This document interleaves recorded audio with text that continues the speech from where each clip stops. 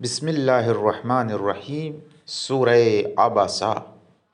اس نے منہ بسور لیا اور پیٹھ پھیر لی کہ ان کے پاس ایک نابینا آ گیا، اور تمہیں کیا معلوم، شاید وہ پاکیزہ نفس ہو جاتا یا نصیحت حاصل کر لیتا تو وہ نصیحت اس کے کام آ جاتی، لیکن جو مستغنی بن بیٹھا ہے آپ اس کی فکر میں لگے ہوئے ہیں، حالانکہ آپ پر کوئی ذمہ داری نہیں ہے اگر وہ پاکیزہ نہ بھی بنے، لیکن جو آپ کے پاس دوڑ کر آیا ہے اور وہ خوف خدا بھی رکھتا ہے، آپ اس سے بے رخی کرتے ہیں۔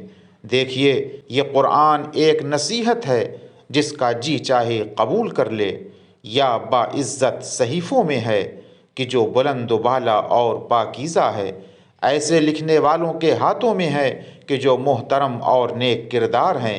انسان اس بات سے مارا گیا کہ کس قدر ناشکرا ہو گیا۔